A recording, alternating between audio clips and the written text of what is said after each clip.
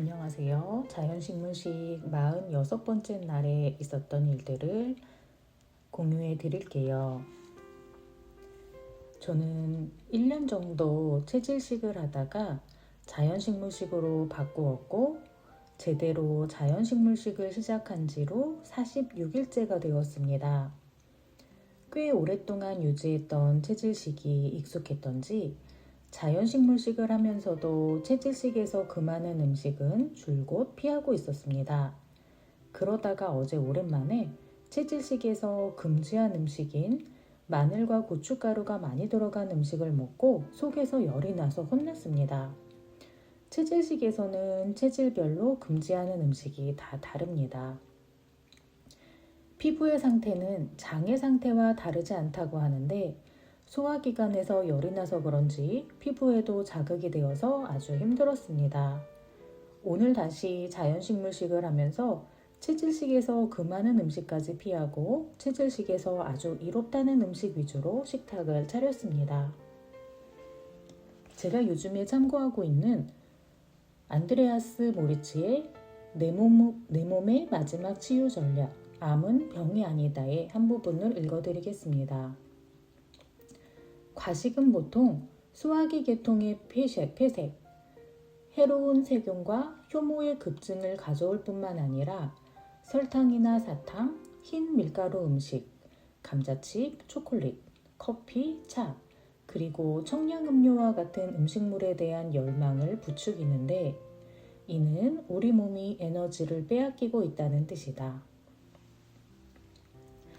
오늘 아침에는 아무것도 먹지 않고 건너뛰었고 점심에 양배추 오이 무침을 했습니다. 냉장고에서 가시오이 2개, 백오이 1개를 꺼내고 양배추도 반통 꺼냈습니다. 양배추를 채 썰어서 씻고 소금 1큰술에 절였습니다. 오이도 썰자마자 양배추와 함께 절였습니다.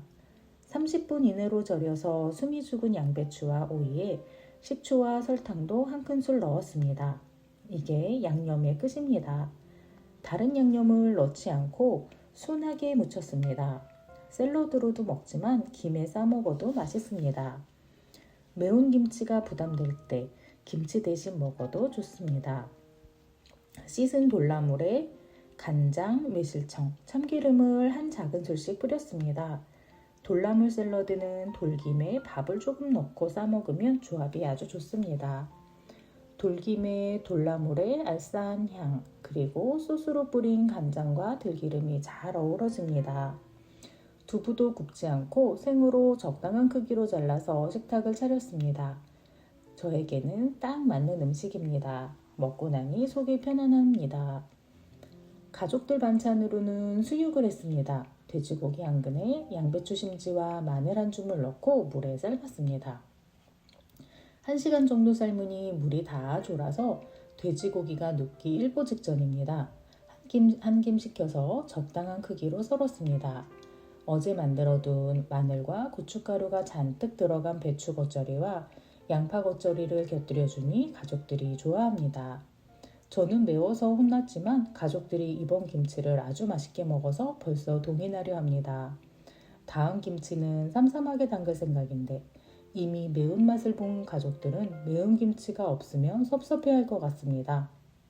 김치도 따로 담가야 하나 싶습니다.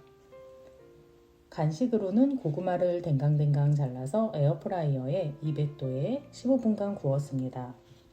저는 그럭저럭 먹을만 했는데 아이들 입맛에는 먹지 못할 맛인가 봅니다. 이번 고구마가 좀 싱겁긴 합니다. 그래서 구운 고구마는 바로 마탕을 만들었습니다.